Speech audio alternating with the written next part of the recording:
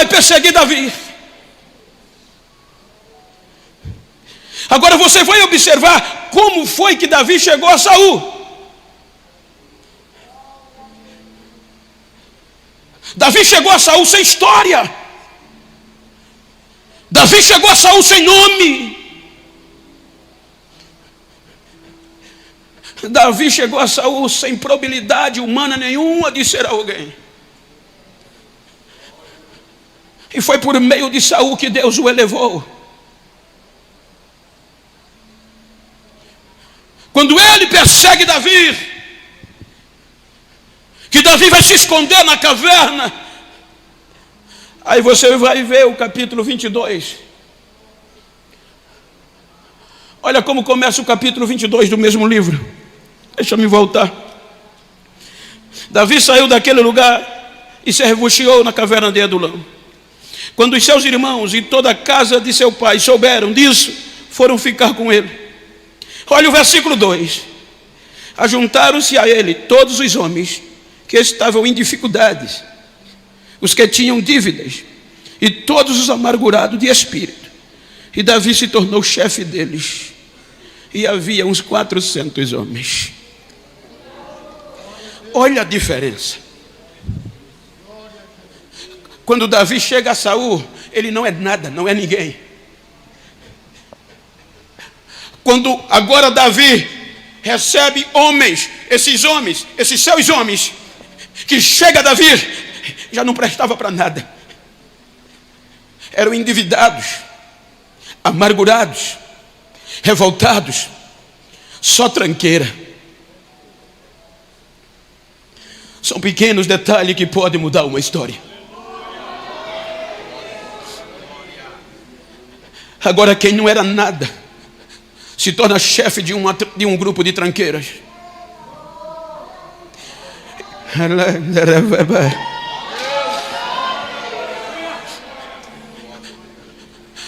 Como ele tinha capacidade administrativa e de liderança,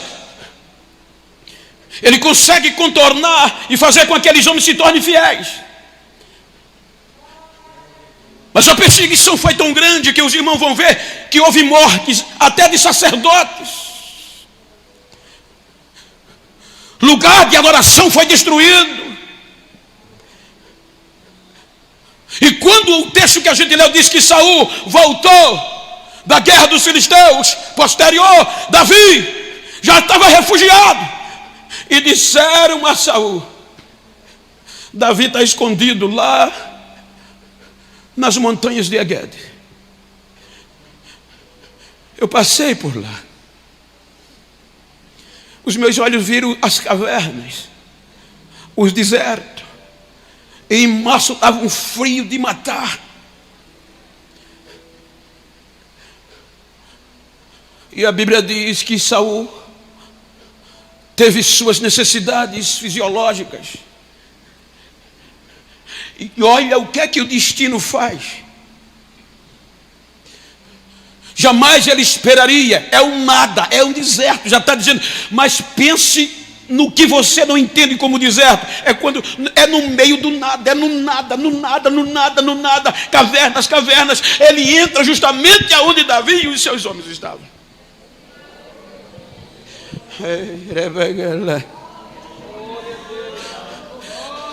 Não é à toa que o texto fala de manto.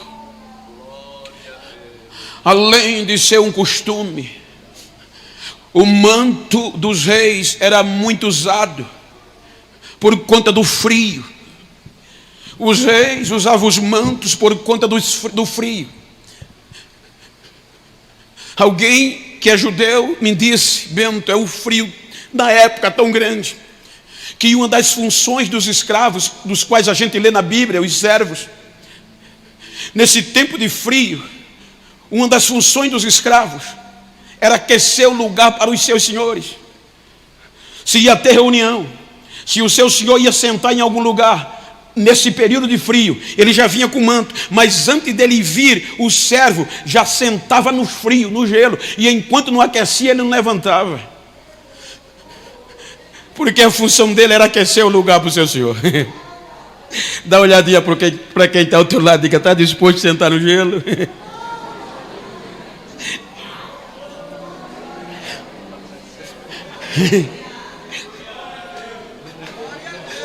O frio era demais. Então ele vem já, o manto, a capa, ele já vem certo, porque o frio era grande, ele entra na caverna e o manto não sai. E a Bíblia diz que ele não percebeu, mas Davi e os seus homens viram. Agora olha de onde o texto diz que provém. O texto não diz que Davi viu e quis. Não, a Bíblia diz que os homens de Davi, aquelas tranqueiras no passado, olharam e disseram, hoje é o dia, meu Senhor. Hoje é o dia do qual o Senhor entregou ele nas tuas mãos. Hoje é o dia da gente fazer a festa. Cuidado. Nunca fale mal de uma liderança sua,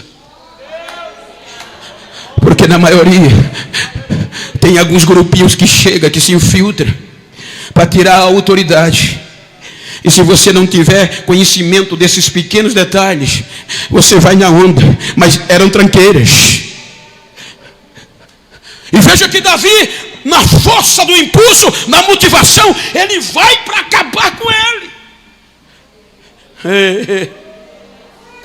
Mais novo, disposto, quando ele chega perto, escondido, sem Saul ver, ele corta, olha o detalhe, uma ponta. O que é isso, gente? Ele corta uma ponta do manto de Saul. Quando ele corta, o coração dói. Ai, o que eu fiz? Porque mesmo perseguido ele era diferente. Mesmo perseguido ele era diferente. Ele sabia que ele só estava ali porque passou por Saul. Ele só aprendeu a lutar por meio de Saul. Ele só se desenvolveu no louvor porque cantou para o rei. Ele só se destacou na guerra porque representava o rei. O coração pesa.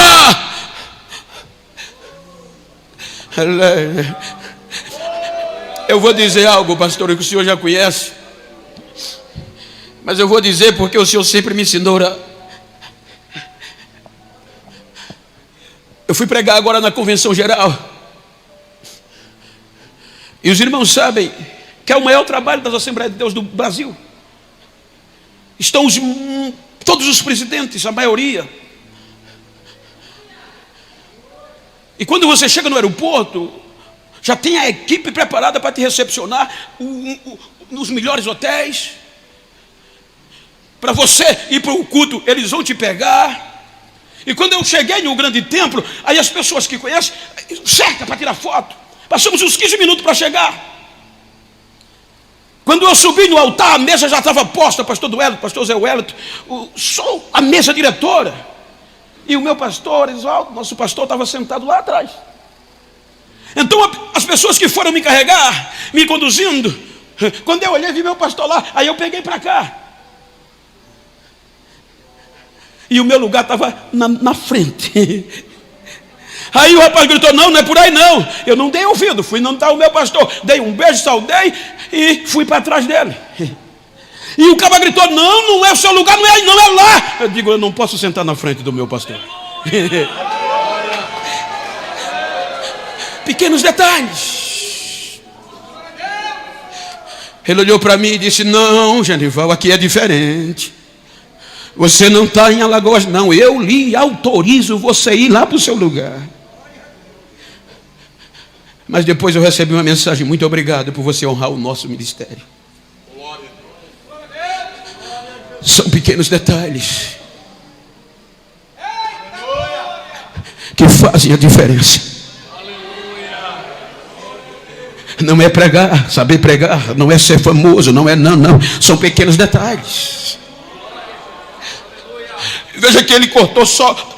Veja que o escritor faz questão de dizer na minha versão, não sei que altera muito na das vossas, ele fala de um pequeno pedaço, de uma ponta. O que é a ponta de um manto? Quando ele corta, o coração dói. Ele volta para os seus servos, para os que o ladeavam, cerca de 400 homens, e diz: guarde-me Deus de fazer isso que vocês disseram. Guarde-me Deus de levantar a mão contra o ungido do Senhor. Veja que depois ele se reconciliou. Quando Saul sai, ele vai se apresentar, e ele não se apresenta como um concorrente.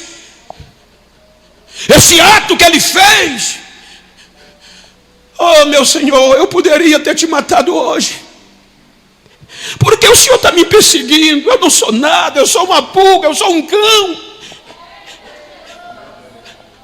Pequenos detalhes fez mais efeito do que tentar guerrear.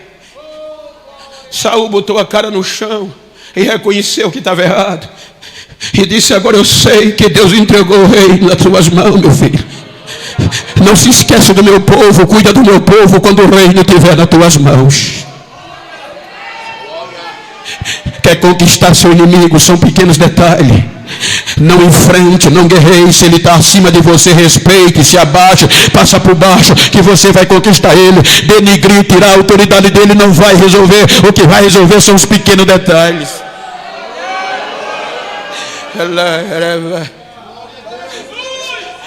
Qual era o dever do manto? Proteger o rei do frio. Veja que o tempo passou. A gente vê Davi reinando em Hebrom, em todo Israel. Davi se torna o rei mais aplaudido, ovacionado, respeitado da nação. Mas o tempo passa. O tempo passa. Aí você chega no capítulo 1 do primeiro livro dos Reis.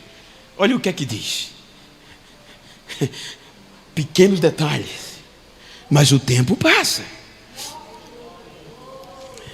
O que é que diz o primeiro capítulo? Versículo 1.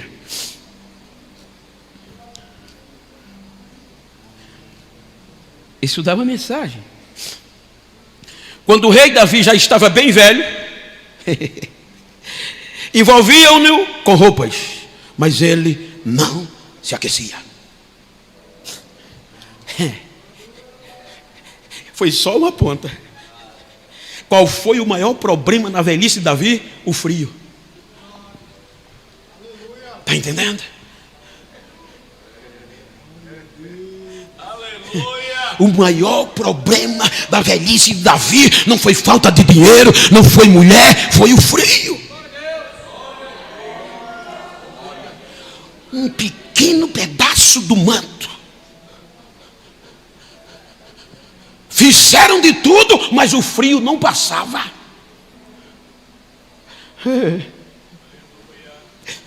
Você já pensou se ele tivesse cortado mais? Só foi uma ponta do manto do frio de Saul. E Saul já não estava no auge. Então respeita o teu líder, o teu pastor.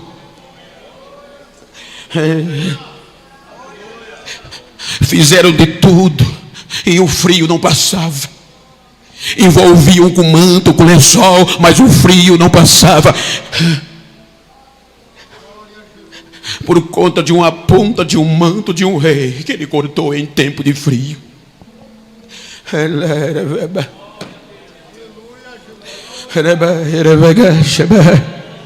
Olha para quem está ao teu lado e diga: quer pegar fogo? Quer se aquecer? Cuidado com os pequenos detalhes.